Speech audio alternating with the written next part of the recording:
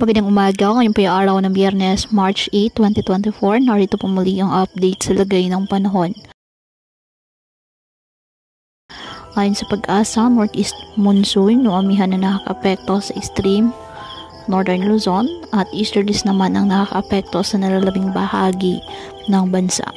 Wala pong bagyo o low pressure area na minomonitor o namamataan sa loob at labas ng ating par na maaaring makapekto sa lagay ng panahon. Ngayong araw, dahil po sa amihan, asahan ang bahagyang maulap hanggang sa maulap na halangitan with isolated light rain sa Batanes at Babuyan Islands.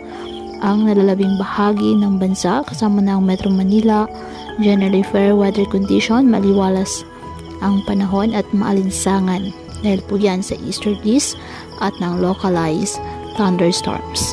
Kaya patuloy po natin na pag-iingat pa din ang ating mga kababayan sa pantapan po ng mga pagbaha at pagguho ng lupa at ugalin po na magdala palagi ng payong o kahit anong panangga sa ulan o di kaya na may sa init ng araw kapag lalabas ng ating mga tahanan.